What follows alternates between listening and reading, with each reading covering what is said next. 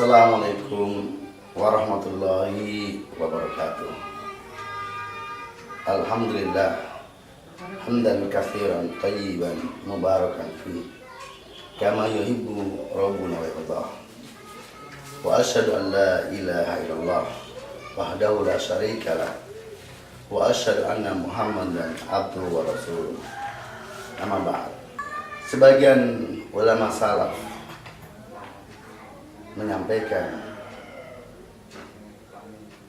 majahatu ala nafsi mujahadatu ala ikhlas.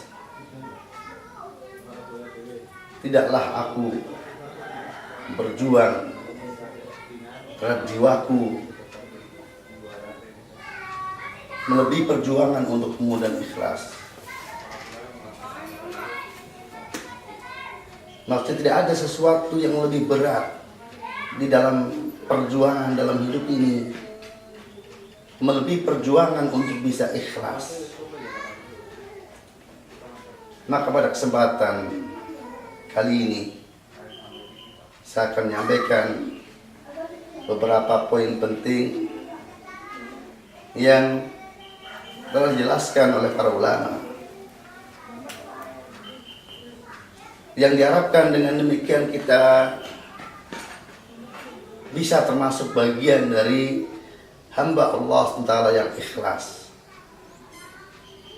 Setidak-tidaknya ada 5 kriteria untuk seorang hamba dia mendapatkan predikat seorang yang mukhlis, yang dia akan mendapatkan ganjaran atas apa yang dia perbuat di dunia ini untuk mendapatkan pahala di akhirat. Yang pertama, bahwa dia mesti menjadi seorang yang beriman.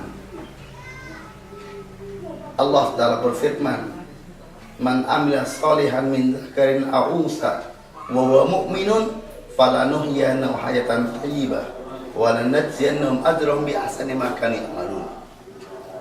Barang siapa yang beramal saleh, baik dia laki-laki maupun wanita, dalam keadaan dia beriman, maka kami akan memberikan balasan kepadanya dengan yang lebih baik dari apa yang mereka kerjakan. Man amila sholihan min dzakarin aw unsa wa huwa mu'minun falanuhyiyannahu hayatan thayyibah wa lanajziyannahum ajrahum bi ahsani ma kanu ya'malun. Allah menjanjikan untuk memberikan kehidupan yang baik dan balasan atas pahala atas amalan yang diperbuatnya lebih baik dari apa yang dikerjakan di akhirat kelak adalah bagi orang yang beriman. Amalnya dilandasi oleh keimanan. Kemudian yang kedua, bahwa amal yang dia kerjakan adalah semata-mata ditujukan kepada Allah SWT semata dan tidak disekutukan. Allah berfirman, "Faman kana yarju liqa rabbi falyamal amalan shalihan wa yusyrik bi ibadati rabbi ahada." Barang siapa mengharapkan perjumpaan Allah Ta'ala, maka hendaklah dia beramal yang soleh dan jangan sekali-kali dia mempersekutukan dalam beribadah kepadanya. Wa ma umiru illa liya'budullaha mukhlishina lahu-d-din.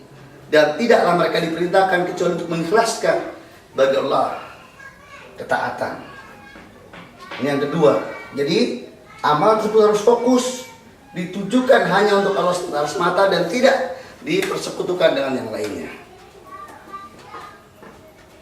Kemudian yang ketiga, bahwa amalan yang dia perbuat itu harus dicocokkan, disesuaikan dengan sunnah Nabi Sallallahu Alaihi Wasallam.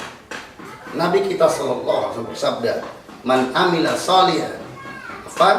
Nabi Sallallahu Alaihi Wasallam bersabda, "Man amila amalan laisa alaihi amruna fahuwa radd." Barang siapa yang beramal dan itu tidak diperintahkan oleh kami maka tertolak. Tidak boleh tergesa-gesa dalam beramal. Harus ta'ani, harus cocokkan dulu apakah ada ajarannya dari Nabi SAW atau tidak.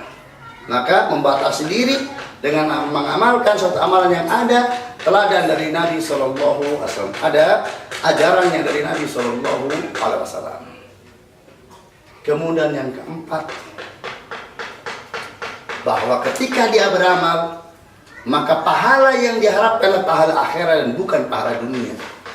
Maka barang siapa yang beramal, meskipun amalannya amalan akhirat, tetapi pahala yang diinginkan adalah pahala duniawi, maka itu pun tidak akan membuahkan pahala di akhirat. Allah berfirman,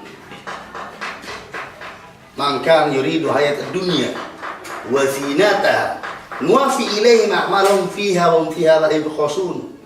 Ulaika alladziina laysa lahum fil akhirati illa an-nar wa habita ma sana'u fiha wa batilu ma kanu ya'malun."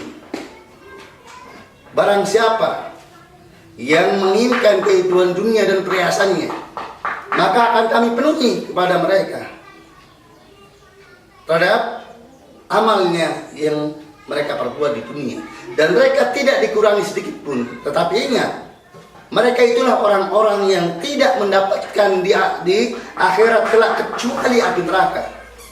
Lalu hapuslah apa yang mereka perbuat di dunia, dan sia-sialah apa yang mereka kerjakan di dunia. Maka yang keempat, bahwa pahala yang kita harapkan pahala akhirat dan bukan beragam kenikmatan duniawi. Kemudian yang kelima, bahwa hendaklah seseorang setelah dia beramal soleh, maka senantiasa tertanam dalam jiwanya perasaan khawatir kalau kemudian amal solehnya tidak diterima oleh Allah Ta'ala, disebabkan karena tidak memenuhi kriteria yang ditetapkan oleh Allah Ta'ala.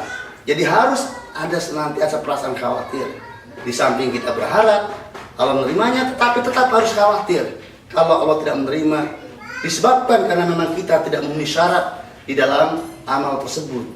Maka ciri orang yang beriman adalah wa kanu qalilan minal laili ma yahja'un wa bil ashari yastaghfirun.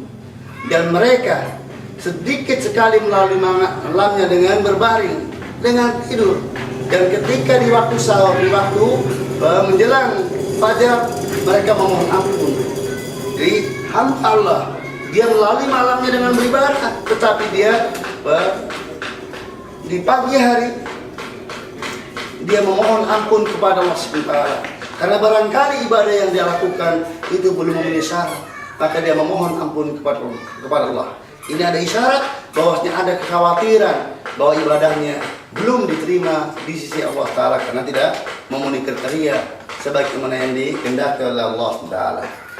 Para pemirsa rahimani wa rahmatullah, mudah-mudahan kita bisa untuk melaksanakan kelima prinsip tersebut agar kita menjadi bagian orang yang betul-betul ikhlas di sisi Allah Ta'ala. Semoga yang sedikit ini bermanfaat bagi kita semuanya. Subhanakallahumma wa bihamdika asyhadu an la ilaha illa anta astaghfiruka wa atubu ilaik. Assalamualaikum warahmatullahi wabarakatuh.